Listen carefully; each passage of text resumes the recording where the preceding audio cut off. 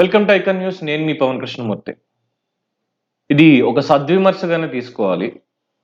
లేదంటే తెలుగుదేశం పార్టీ శ్రేణులు కావచ్చు, జనసేన వాళ్ళు కావచ్చు, నా మీద పడేటువంటి అవకాశం ఉంది.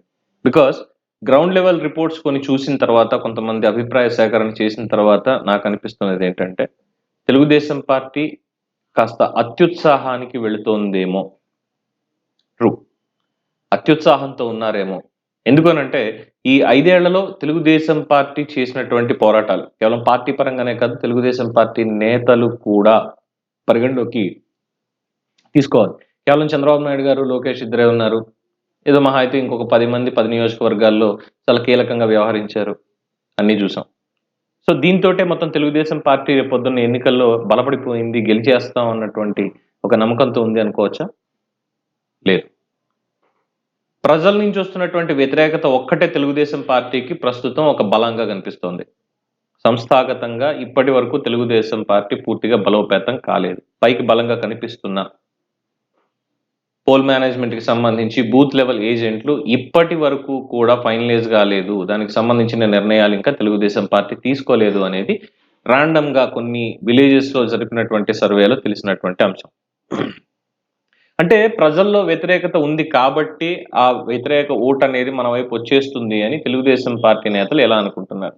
పైగా ఎలా ఉందంటే ఇప్పటికే ఏదో మేము గెలిచేసాం, ఇంకేముంది, జగన్మోహన్ రెడ్డి పని అయిపోయింది, ఆయన తీసుకున్నటువంటి నిర్ణయాలు, చంద్రబాబు నాయుడు గారిని అరెస్ట్ చేయడం, లోకేష్ మీద కేసులు పెట్టడం, ఇవన్నీ కూడా ప్రజల్లో ఒక వ్యతిరేకతను పెంచేశాయి.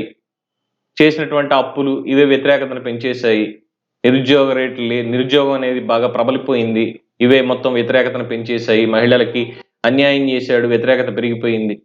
వ్యతిరేకత పెరిగిన మాట వాస్తవమే, కానీ మళ్ళీ వాళ్ళు ఇచ్చేటువంటి హామీలను చూసి అటువైపు మళ్ళితే, ఎందుకంటే పోల్ మేనేజ్మెంట్ లో జగన్మోహన్ రెడ్డి ఇప్పటికీ కూడా నంబర్ 1 గానే ఉన్నారు. స్టేట్ లో తీసుకుంటే తెలుగుదేశం పార్టీ జనసేనతో కంపేర్ చేసుకుంటే, జనసేన అట్లీస్ట్ పవన్ కళ్యాణ్ గారు చేతులు ఎత్తేశారు. బాబు, పోల్ మేనేజ్మెంట్ మనకి సాధ్యపడదు, మనకి బూత్ లెవెల్ ఏజెంట్లు కూడా లేరు, మనం ఎన్ని నియోజకవర్గాల్లో అసలు బలంగా ఉన్నాము, మనకి ఎంత సపోర్ట్ ఉంది, గతంతో పోలిస్తే మనకి ఎంత పెరిగింది అనే దాని మీద కూడా మనం ఒక చర్చ చేసుకోవాలి. అందుకే తెలుగుదేశంతో పొత్తు పెట్టుకున్నాము, 24 ఖచ్చితంగా గెలిచే స్థానాల్లో మాత్రమే మనం పోటీ చేస్తాము అని ఆయన క్లారిటీ ఇచ్చేశారు. కానీ తెలుగుదేశం పార్టీ నుంచి ఇప్పటికీ కూడా, అంటే టికెట్ల వ్యవహారం కావచ్చు, ఇతరత్ర ఉన్నటువంటి అంశాలు కావచ్చు, అంతర్గతంగా ఇప్పటికీ ఒక క్లారిటీ లేకుండా పోయింది. At the same time party office నుంచి కోవర్ట్లు, పార్టీ ఆఫీస్లో ఎటువంటి నిర్ణయాలు తీసుకుంటున్నారు, మంగళగిరి పార్టీ ఆఫీస్ నుంచి ఎటువంటి నిర్ణయాలు తీసుకుంటున్నారు కీలకంగా అనేది ఆ లోగుట్టుగానే ఉండాలి. కానీ మొత్తం అంతా కూడా బయట వ్యక్తుల చేతిలోకి వెళ్ళిపోతుంది. ఇది తెలుగుదేశం పార్టీకి మైనస్. మరి ఇవన్నీ పెట్టుకుని మేము గెలిచేస్తామని ఎలా అనుకుంటారు? అలాగే నేతలు ఇప్పటికీ ఎలా డిస్కషన్స్ పెట్టుకుంటున్నారంటే, మంత్రి పదవి ఎవరికి, ఏ మంత్రి పదవి కావాలి, ఎవరికి ఇవ్వాలి, మంత్రులు మేమే, ఇంకా నెక్స్ట్ కంగారు పడక్కర్లేదు అన్నటువంటి వ్యాఖ్యానాలు కూడా ఇంకా నడుస్తున్నాయి. అలాగే గ్రూప్ రాజకీయాలు స్టిల్ ఇప్పటికీ కూడా గ్రూప్ రాజకీయాలు కూడా ఇంకా నడుస్తూనే ఉన్నాయి. వీటన్నిటిని తట్టుకుని ఏ విధంగా ముందుకు వస్తారు? కేవలం ప్రజల్లో వ్యతిరేకత, తీసుకున్నటువంటి నిర్ణయాలు బాగా లేవు అన్నటువంటి ఒక్కటే రేపొద్దున్న ఎన్నికల్లో ఓటు వేయించదు. ప్రతి ఒక్కటి కూడా ఇక్కడ పరిగణలోకి తీసుకోవాల్సి ఉంటుంది. చాలా మంది అనొచ్చు, నీకు ఏం తెలుసు అని చెప్పి మాట్లాడతావు పవన్, ఇదంతా కూడా ఎక్కడి నుంచి వస్తుంది అసలు మీకు ఇన్ఫర్మేషన్ అని. అడిగినటువంటి వాళ్ళకి తెలుసు మేము ఎక్కడి నుంచి ఇన్ఫర్మేషన్ తీసుకొచ్చాం అనేది. పొద్దున వాళ్లే చెప్తారు ఎక్కడి నుంచి వచ్చింది ఇన్ఫర్మేషన్, ఎందుకు ఇలా మాట్లాడాల్సి వస్తుంది, వీళ్ళు మన అత్యుత్సాహం ఎందుకు అంటారు, ఎందుకు అనాలోచిత నిర్ణయాలని చెప్పి ఇలా విమర్శ చేస్తున్నారు. ఎందుకంటే ఎన్నికలు ఇంకొక 2 నెలలు ఉన్నాయి. 2 నెలలకి ఇంకా తేరుకోలేకపోతే, ఇప్పటికీ సరైనటువంటి ఒక ఇది లేకపోతే మైనస్ అవుతుంది. ఇప్పటికే జగన్మోహన్ రెడ్డి 3 అంచెలు సిస్టమ్ ఏర్పాటు చేసుకున్నాడు. 1 వాలంటీర్లు, 2 గృహ సారథులు, 3 అక్కడ ఉండేటువంటి ఇన్ఛార్జీలు. ఇది కాకుండా బూత్ లెవెల్ ఏజెంట్లు. రేపొద్దున్న ఎలక్షన్స్ లో ఈ వాలంటీర్లను తీసుకెళ్లి బూత్ లెవెల్ ఏజెంట్లు కూడా పెట్టినా ఆశ్చర్యపోకర్లేదు. 2,60,000 మంది, అంటే ఒక్కొక్క బూత్ కి తీసుకున్నా కూడా 2 వాలంటీర్లు లేదా 3 వాలంటీర్లు ఈజీగా ఉంటారు. 2 వాలంటీర్ల నుంచి 3 వాలంటీర్లు ఈజీగా ఉంటారు. ఇది కాకుండా మళ్ళీ గృహసారథి, ఇలా తీసుకుంటే టోటల్ ఒక 5 అంచెల వ్యవస్థని పకడ్బందీగా ఏర్పాటు చేసి సిద్ధంగా ఉన్నాడు. ఆ సిద్ధం అనే దానికి మీనింగ్ అది కూడా అనుకోవచ్చు. ఏం సిద్ధం, మీరేం చేసుకుంటారో చేసుకోండి అని. అలాగే వ్యూహాత్మకంగా ఇప్పటి వరకు 9 లిస్టులు రిలీజ్ చేసి కేవలం సమన్వయకర్తలని మాత్రమే చెప్పాడు ఆయన. అట్ ద సేమ్ టైం అసలు క్యాండిడేట్లు ఎవరు ఇంకా గోప్యంగానే ఉంది. ఫైనలైజ్ అయిపోయింది. బట్ బయటికి మాత్రం రాలేదు. ఎవరు చేస్తారు, ఏం చేస్తారని రోజుకొక పేరు వినిపిస్తున్నారు. ఇదంతా కూడా కేవలం ప్రతిపక్షాలని కన్ఫ్యూజన్‌లో పెట్టడానికే. ఇవి కూడా ఉన్నాయి. సో దీన్ని ఛేదించడానికి ఎందుకని తెలుగుదేశం పార్టీకి ఇంకా టైం పడుతుంది. తర్వాత చంద్రబాబు నాయుడు గారిని మించినటువంటి స్ట్రాటజిస్ట్ లేడు అని చెప్పి గత ఎన్నికల్లో విజయసాయి రెడ్డి లాంటి వ్యక్తి ఒక ఫీలర్‌ని వదిలాడు. అలాంటి చంద్రబాబు నాయుడు గారికి స్ట్రాటజీలు లేవా? ఎందుకు స్ట్రాటజిక్ టీమ్స్ ని మాత్రమే ఇంకా నమ్ముకుంటూ వాళ్ళు చెప్పినటువంటి వాళ్ళని క్యాండిడేట్లుగా ప్రజల్లోకి తిరిగినటువంటి వాళ్ళని క్యాండిడేట్లుగా కాకుండా ఎందుకని సెలెక్ట్ చేసుకుంటున్నారు? ఇది ఒక క్వశ్చన్ మార్క్. అలాగే లోకేష్ రెడ్ బుక్ దాని మీద కేసులు నడుస్తున్నాయి. అధికారులందరూ కూడా కాస్త వ్యతిరేకంగానే ఉన్నారు. ఏంటి ఎవరి పేరు ఉందో ఏంటో. అంటే ఇందులో లోకేష్ చెప్పేది ఏంటంటే తప్పు చేసినటువంటి అధికారుల పేర్లన్నీ ఇందులో ఉన్నాయి. ప్రతి ఒక్కళ్ళకి కూడా శిక్ష పడేలా చేస్తాము. బట్ అది ఏంటి? ఏం తప్పులు చేశారు? ఎలా చేశారు? ఈ రెడ్ బుక్‌లో ఎవరి పేర్లు ఉండబోతున్నాయి అనేది ఒక క్లారిటీతో చెప్పాల్సినటువంటి అవసరం ఎంతైనా ఉండింది. కేవలం రెడ్ బుక్ అనేటువంటిది ఒక బూచి చూపిస్తే వాళ్ళేం చేస్తున్నారు, దాన్ని ఒక నెగెటివ్ ప్రచారంగా తీసుకెళ్ళి ఇదిగో మొత్తం అందరి పేర్లు పెట్టి మీ ప్రభుత్వ అధికారులు ఇగో ఇచ్చేసారా, అలా చేశారా, ఎలా చేశారా, మొత్తం మీ మీదే రేపు పొద్దున పడతారు. మీరేం తప్పు చేయకపోయినా అన్నటువంటి ఒక భయాన్ని కూడా వాళ్ళు అక్కడ క్రియేట్ చేస్తున్నారు. వీళ్ళు ఇచ్చినటువంటి ఒక అడ్వాంటేజ్ తోటి. సో ఇక్కడ క్లారిటీ అనేది మిస్ అవుతుంది. చెప్పడంలో మనం ఏం చేద్దాం అనుకుంటున్నాం అని చెప్పడంలో క్లారిటీ మిస్ అవుతుంది. అలాగే కేవలం సూపర్ 6 అనేటువంటి ఒక కాన్సెప్ట్ ముందుకెళ్తున్నారు. లేదు సభలు సమావేశాలను వెళ్తున్నారు. సో అవన్నీ కూడా మేనిఫెస్టోలో భాగంగా చేసుకుంటున్నారు. బానే ఉంది. బట్ ఏంటి ఒక భరోసా కేవలం చంద్రబాబు నాయుడు గారు వచ్చేస్తే సరిపోతుంది, రాష్ట్రం మొత్తం బాగుపడిపోతుంది అనేటువంటిదే ఇప్పటికీ గ్రౌండ్ లెవెల్లోకి తీసుకెళ్లి చంద్రబాబుకే ఓటు అనేటువంటి చెప్తున్నారు తప్ప జగన్మోహన్ రెడ్డి ఏం చేశాడు అనేది వివరంగా వాళ్ళకి అర్థమయ్యేలాగా వాళ్ళకి నచ్చినటువంటి భాషలో అంటే వాళ్ళకి అర్థమయ్యేటువంటి భాషలో వాళ్ళకి చెప్పి ఇగో ఇది జరుగుతోంది ఇందుకని చెప్పి ఇప్పుడు చంద్రబాబు నాయుడు గారు కావాలి అని చెప్పుకోవడంలో తెలుగుదేశం పార్టీ శ్రేణులు ఇప్పటికీ కాస్త విఫలం అవుతున్నాయి అనేది తెలుస్తోంది. అక్కడికి ఒకటి.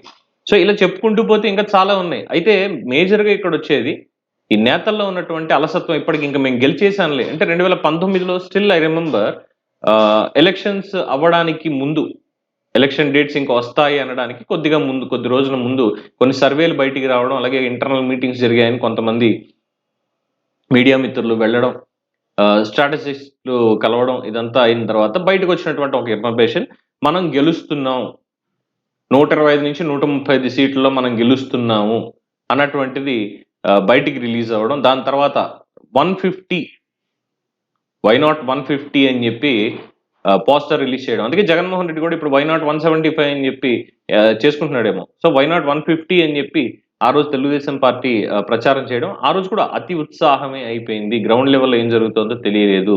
అర్బన్ లో ఉన్నటువంటి వాళ్ళు అంటే చదువుకున్నారు కాబట్టి వాళ్ళకి అన్ని కాస్త ఎక్కువగా తెలుస్తాయి కాబట్టి పర్వాలేదు. కానీ రూరల్ లో ఉండేటువంటి వాళ్ళు, ముఖ్యంగా విలేజెస్ లో ఉండేటువంటి వాళ్ళకి ఇక్కడ మీరు ఇంటర్నెట్ సర్వీస్ ఉందనుకోండి, ఇంకోటి అనుకోండి, ఏమన్నా అనుకోండి, ఈ వాలంటీర్లు ఎవరైతే ఉన్నారో వీళ్ళు వెళ్ళి అక్కడ ఏం జరుగుతుంది అనేది, ఎందుకంటే జగన్మోహన్ రెడ్డి గారు పదే చెప్తారు, మొత్తం మిగతా వాళ్ళు కూడా వాలంటీర్లందరూ వెళ్ళి సంక్షేమం ఆగిపోతుంది చంద్రబాబు వస్తే అని చెప్పండి అంటే వాళ్ళు అదే చేస్తున్నారు. కానీ తెలుగుదేశం పార్టీకి సంబంధించినటువంటి బూత్ లెవెల్ కార్యకర్తలు ఈ రోజుకి వాలంటీర్ తిరిగినటువంటి ఇళ్ళు కూడా ఇప్పటి వరకు తిరగలేదు. 50 కుటుంబాలకు ఒక వాలంటీర్ అని చెప్పి జగన్మోహన్ రెడ్డి పెడితే ఈ 50 కుటుంబాలకి తెలుగుదేశం పార్టీ తరఫున ఎవరు వెళ్ళి మాట్లాడుతున్నారు, ఏం డేటా కలెక్ట్ చేసుకుంటున్నారు, ఏం చెప్పొస్తున్నారు? ఇది ఎక్కడ కూడా పొంతం లేకుండా ఉన్నటువంటి పరిస్థితి. సో ఇప్పటికీ తెలుగుదేశం పార్టీ కనుక సరైనటువంటి ఒక వ్యూహం చంద్రబాబు నాయుడు గారు తీసుకోకపోతే మళ్ళీ 2019 ఫలితాలు పునరావృతం కాక తప్పదు అనేది కొంతమంది చెప్తున్నటువంటి విషయం.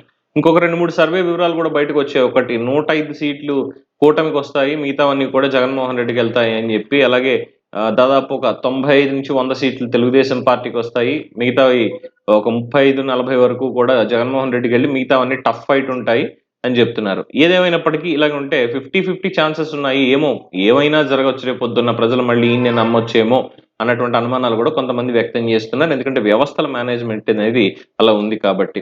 సో దీనికి తగ్గ వ్యూహం అనేది చంద్రబాబు నాయుడు గారు ముందు ప్రిపేర్ చేసుకోకపోతే రేపన్న రోజు ఖచ్చితంగా ఇబ్బంది పడాల్సి వస్తుంది. అంటే ఏదో సామెత ఉంటుంది చూసారా, మొహమాటానికి పోతే ఏదో అయిందని. అలాగా సర్లే ఇంకా టైం ఉంది కదా, ఎలక్షన్ కోడ్ రాని అప్పుడు చూసుకుందాంలే అంటే గ్రౌండ్ లెవెల్లో అక్కడికి వీళ్ళు చేసేది ఏది ఉండదు. సో 5 అంచెల ఒక సిస్టమ్‌ని ఆయన ఏర్పాటు చేస్తే జగన్మోహన్ రెడ్డి, ఇక్కడ ఒక అంచె సిస్టమ్ కూడా ఇంకా పూర్తిగా రాలేదు. అసలు ఈ బిఎల్ఓలు ఎవరైతే ఉన్నారో బూత్ లెవెల్ ఏజెంట్లు సారీ బిఎల్ఏలు ఈ ఏజెంట్‌లని ఖరారు చేసుకోవడం గాని, వీళ్ళకి తర్ఫీదు ఇవ్వడం గాని, ఎక్కడ ఏం చేయాలి? ఎవరిని ఎలా గుర్తుపట్టాలక్కడ?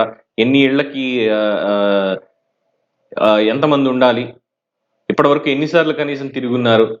అనేది ఇప్పటికి తేలలేదు. అలాగే ఒక ఎమ్మెల్యే లేదు మాజీ ఎమ్మెల్యే ఆ తెలుగుదేశం పార్టీ నియోజకవర్గం ఏదైతే ఉందో ప్రతి నియోజకవర్గంలో ఆ నియోజకవర్గ ఇన్ఛార్జ్‌గా ఉన్నటువంటి వ్యక్తులు కనీసం ఈ పాటికి ఒక 8-10 సార్లు మొత్తం ఊరంతా ఆ నియోజకవర్గం అంతా కూడా కలియ తిరిగి ప్రతి ఒక్కళ్ళని కలిసి ఉండాల్సింది. బట్ ఎక్కడ అది జరగల. ఎవరికి ఇష్టం వచ్చినట్టు వాళ్ళు పోరాటం అంటే చంద్రబాబు నాయుడు గారొస్తే ఆయన పక్కన ఉంటాం. చంద్రబాబు నాయుడు గారు ఇంట్లో కూర్చున్నారా? లేదా వేరే మీటింగ్‌లో ఉన్నారా? మనం ఎందుకు బయటికెళ్ళడం అనవసరంగా అనేటువంటి ఒక ఆలోచనలో తెలుగుదేశం పార్టీకి చెందిన కొంతమంది నేతలు ఉన్నారు. అలాగే వాళ్ళకి తగ్గట్టుగానే కింద కేడర్ కూడా అలాగే ఉంది. ఏముంది రేపు పొద్దున్న ఎన్నికల్లో చూపించేద్దాం అనేటువంటి ఒక అత్యుత్సాహం, ఓవర్ కాన్ఫిడెన్స్ అంటాం గదా! ఆ ఓవర్ కాన్ఫిడెన్స్ అనేది కనిపిస్తోంది. దీన్ని ఇప్పుడే బ్రేక్ చేసుకోవాలి. కాన్ఫిడెన్స్ ఉండొచ్చు. బట్ నాట్ ఓవర్ కాన్ఫిడెన్స్ అనేది తెలుగుదేశం పార్టీ వాళ్ళకి చెప్పాల్సినటువంటి ఒక విషయం. సో, మరి ఎలా తీసుకుంటారో అనేది వాళ్ళిష్టం. చూడాలి. ఇంకా ముందు ముందు ఏం జరుగుతుంది అనేది. దీని మీద మీ అభిప్రాయాన్ని కామెంట్స్ రూపంలో తెలియజేయండి. చూస్తూనే ఉండండి ఐకాన్ న్యూస్. నేను మీ పవన్ కృష్ణమూర్తి.